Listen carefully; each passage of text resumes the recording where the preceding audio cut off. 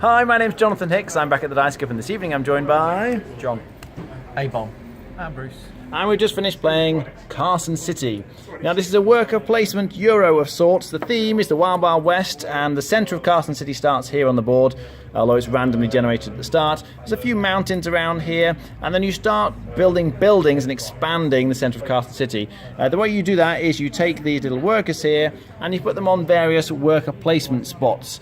So you're sticking your dudes down on various actions, and they're all going to sort of fill up here, and then they're resolved starting from here in order. So you can get some guns which will help you with dueling. If another player decides to go on the same spot as you, then you don't automatically block each other. You end up with having a little duel, and you count out how many guns you've got, and you roll these massive chunky dice, and whoever has the highest gets to win and take the action, and the other player gets kicked off.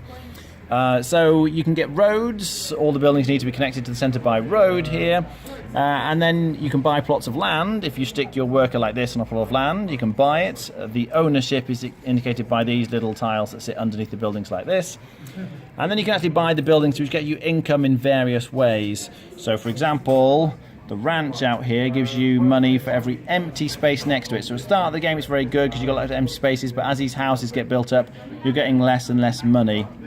Other ones like the drugstore give you points for every house that's next to it, and that also gives you points for any ranches that you own. So there's a bunch of different kinds of buildings, and they all give you money essentially, income in different ways according to what's next to them. So you go through buying and placing each of these different buildings. There are some other ways of getting points. You can get points for having guns and things. You can go gambling if you wanted to get money. Then all the buildings on the board generate income, and then you're then trying to cash them in for victory points. So all these ones along the bottom, you can get points for having plots of land, points for guns, points for buildings, and you can actually just spend cash for getting points here. So you're trying to acquire as much money as you can and then cash that in for points. At the start of each round, though, you're picking one of these sort of bonus tiles, which are quite important. They give you some kind of special ability immediately, so this one just gives you extra money, this one gives you an extra worker for a round, this one makes the buildings cheaper to buy, etc. But also, you see the numbers at the top dictate turn order for that round, so that can be quite important. And very importantly, at the bottom, they allow you to keep a certain amount of money at the end of the round. So you have to discard all your money down to that limit. So the banker here is very good at keeping his money, but the mercenary at the end is not very good at keeping his money. He always spends it all, so he can't keep very much. Because if you, in terms of spending your money to get victory points, you kind of want to keep as much of it as you can. So you keep going around trying to cash in your money for points over 4 rounds, and at the end of that, whoever has the most points wins. What do we think? Yeah, no, I really enjoyed this. Yeah, it's a city building, which I love, and Euro.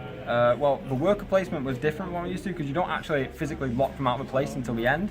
I mean, as you said, you duel over it, but it's quite forgiving, because if you lose the duel, your worker isn't spent. It comes back, and you've got an extra worker next round, which I really liked how forgiving that was. Lots of mechanics I liked there. Okay. Hey, Bob? Yeah, I love the theme, really good, and the mechanisms work for the theme. You feel like you're actually building a city, the whole way the ranches work, and then as they get populated around them, the less valuable, works really well. I love the fact that you've got this sort of engine builder, but then the longer you wait, you get less points for your money when you trade them in. So you've almost got a little bit of a, do you want to keep on building, have loads of money at the end, but you're trading it at $6 per point, or at the start where it's $2 per point. Very good. Okay, Bruce? Yeah, I enjoyed this. I like the mix of worker placement and tile placement. I think the only thing I'd need to do is maybe play it a few more times, so then I could work out the different combinations and maybe generate more points at the end of the game. Yeah, it's good. All right, rating out of 10? I'll give it a 7 out of 10. Okay. Normally I'd give this sort of game an 8, but because the theme is so good, I'd push it up to an 8.5. Okay. I have to say on my first play is 7, but I could see this going up with subsequent plays to at least an 8. Okay. Yeah, I really enjoy it. As A-Bomb says, the theme really gets me, and it does come through very well. I like the fact with the worker placement that you're not automatically blocked out. You can kind of calculate, I've got more guns than he is. Maybe I can duel him for the spot and get it. And as John was saying, it's not too punishing if you lose the duel.